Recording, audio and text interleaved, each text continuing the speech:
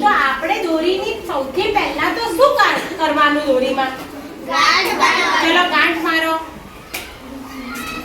જોજો હો, એટલે બધા તમને પ્રશ્ન યાદ રહે કે પહેલા શું કર્યું અનિતાએ? તો દોરીને ગાંઠ મારી દીધી. પછી આના આ વક્રરેખાને શું નામ આપી દેવાનું? એ અને બી. આપી દો. એ અને બી નામ આપી દીધું.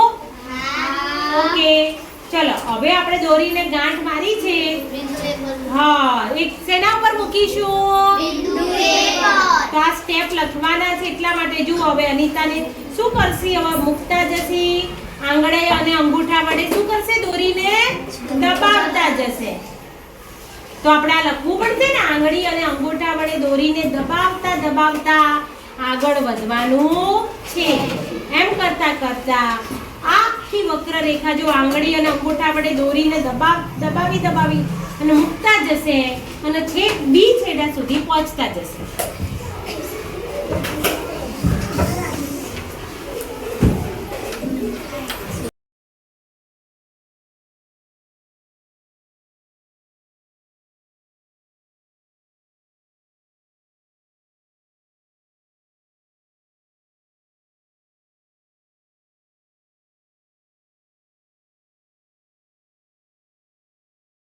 ઓકે, તો જ્યાં આવે ત્યાં આપણે શું કરીશું? નિશાન કરીશું ને ભાઈ? હા. તો ચલો બોલ પેન લાવો, એનું નિશાન કરી દઈએ.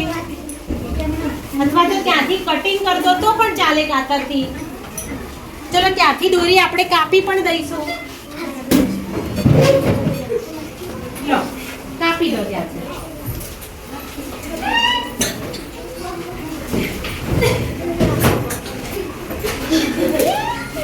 હવે આને શેના ઉપર મૂકવાની? આપણી જોડે હાલ મેજર ટેપ હતી પણ ક્યાંક મળતી નથી. તો હવે આપણે માપપટ્ટી પર મૂકીશું. લાંબી કોની પાસે છે? આ લેતી આવજે. માપપટ્ટી ઉપર મૂકી અને જોઈ લઈએ કે ભાઈ આની કેટલી લંબાઈ થઈ છે. હવે જો નીચે કોઈ કામ નહીં એટલે બેસી જાઓ માપપટ્ટી પર, તો તમને ખબર પડી જશે. આ બધા પોતપોતાની જગ્યા ઉપર બેસી જાઓ. ઊભી દેખાય, કંઈકો પર ફક્ત દેખાય, ખબર પડી જાય. ચલો હવે તમારે અનિતા આ માપપટ્ટી આપણા જોડે મેજર ટેપ તો 1 મિનિટમાં મપાઈ જાત ના, એટલે શોધવાની બહુ જરૂર હતી. ચલો હવે અનિતા માપપટ્ટી ઉપર એને નીચે મૂકી દો. તો તમે નીચે બેસી જાઓ એટલે મજા આવે. ભાવ રહેવાની મજા નહીં આવે. શૂન્ય અંકથી ચાલુ કરો. શૂન્ય છે ને, એ રહ્યો ને આગળનો છેડો શૂન્ય. હા,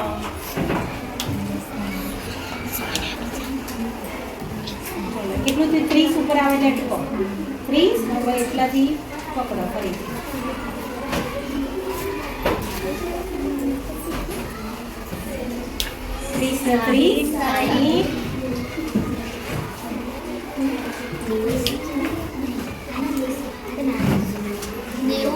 નેવું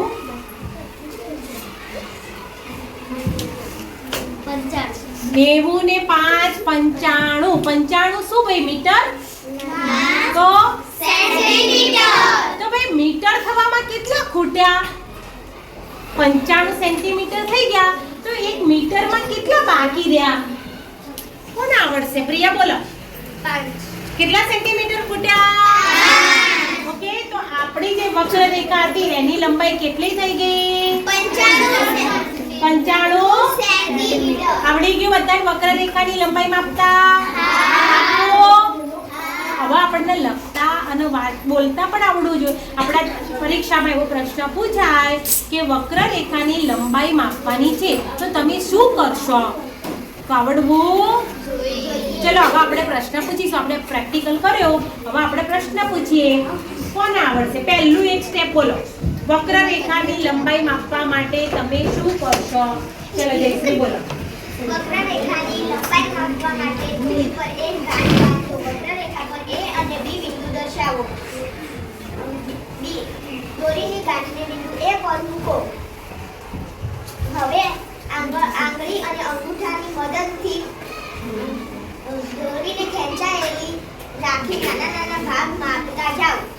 આ બિંદુ પર એક હાથથી દોરીને અને બીજા હાથથી દોરીના ભાગને ફેલાવો. Very good. આ પ્રક્રિયા વારંવાર કરતા જાઓ. આ ક્રિયા વારંવાર કરતા જાવ છો બેટે. ક્યાં આવી જશે દોરી?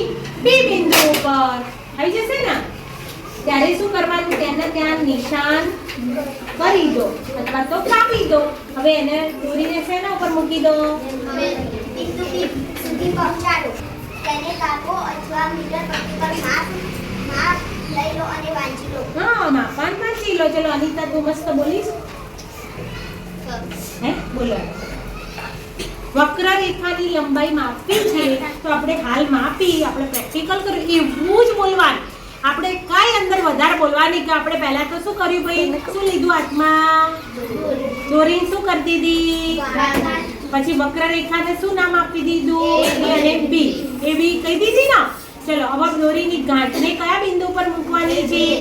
એ બિંદુ પર. એ બિંદુ પર મૂકતા જઈ દોરીને આંગળી અને અંગૂઠા વડે દબાવતા જઈ આગળ વધવાનું છે. બરાબર? આપણી દોરી થોડી ખેંચાયેલી રાખવાની છે અને આ ક્રિયાનું વારંવાર પુનરાવર્તન કરી આપણે બી બિંદુ સુધી પહોંચવાનું છે.